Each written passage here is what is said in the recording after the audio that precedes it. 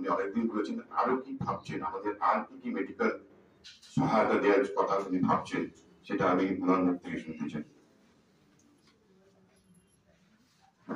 মহারাজকে প্রণাম। মহারাজ আমাদের মনে করিয়ে দিলেন ঠাকুর, মা এবং সমাজে সবাই আমাদের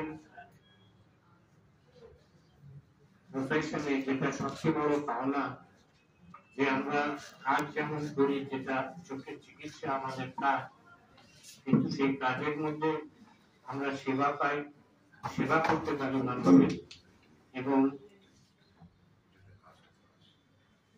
সেবা পাই, সেবা করার সুযোগ পাই মানুষকে, এবং তাদের আশীর্বাদও পুরোই।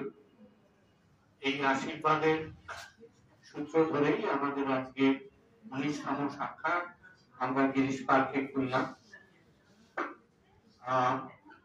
স্বাভাবিকভাবে আমরা 27 বছরের প্রতিষ্ঠান, তো দিশা এবং যোগ এবং পেশেন্টদের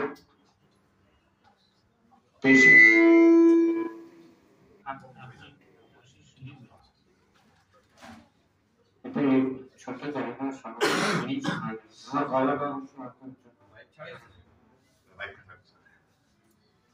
তো আমাদের 27 বছরের প্রতিষ্ঠান।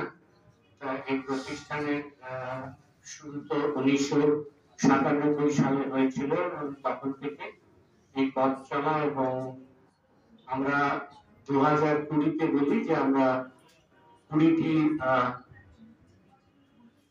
হসপিটাল করব 8 বছরের মধ্যে।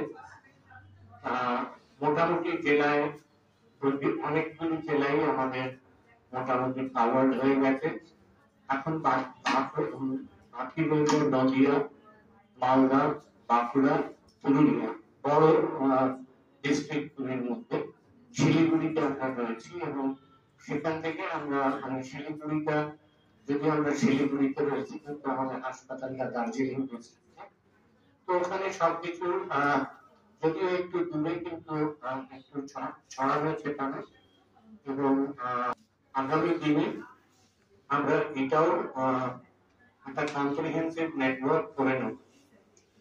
দিশার যেটা মূল উদ্দেশ্য, যে মানুষের যত কাছে পৌঁছানো যায় এবং ভালো চিকিৎসা নিয়ে, চোখের চিকিৎসা নিয়ে,